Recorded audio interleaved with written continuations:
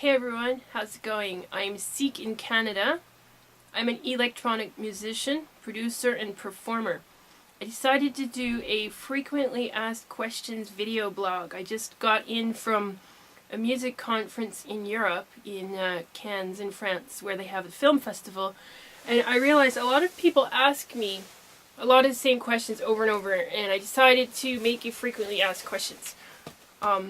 Some of these questions really hold me back here in Canada because people don't really understand what electronic music is or what it's about, and people who generally think they do only know since the 90s.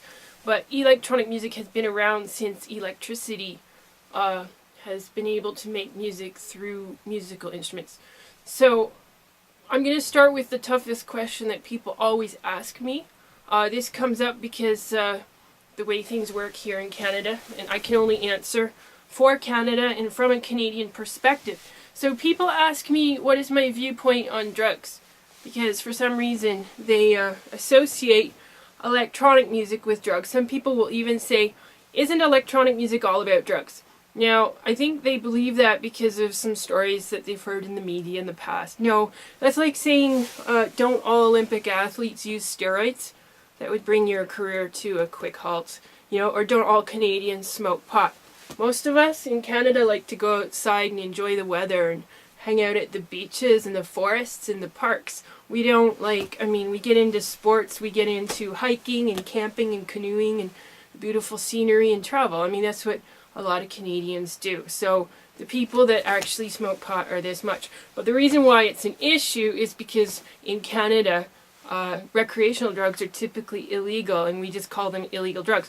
So what is my view on illegal drugs? Well, they're crime. I don't do crime. If you hang around with people who do crimes, that's called association, guilty by association. That's also a crime. So I don't do crimes, and I don't hang around with people who do crimes. I don't want those people coming near me because I don't want to be blamed for stuff that I didn't do. I like to get on airplanes and fly around the world. You can't do that with a criminal record. I also like to hang around young people and work with non-profit organizations. That's as big a part of my life as music, and always has been. And, you know, people who think electronic music and drugs have any connection at all, really they don't, because, you know, if you really want to know about drugs, you can find those anywhere, not just, you know, around musicians. I mean, I play music because I've been playing keyboard since I was a baby. I took classical music lessons in piano and violin and played in an orchestra when I was a kid. And I studied electronic music performance and improvisation at York University in Toronto. Look it up in the internet.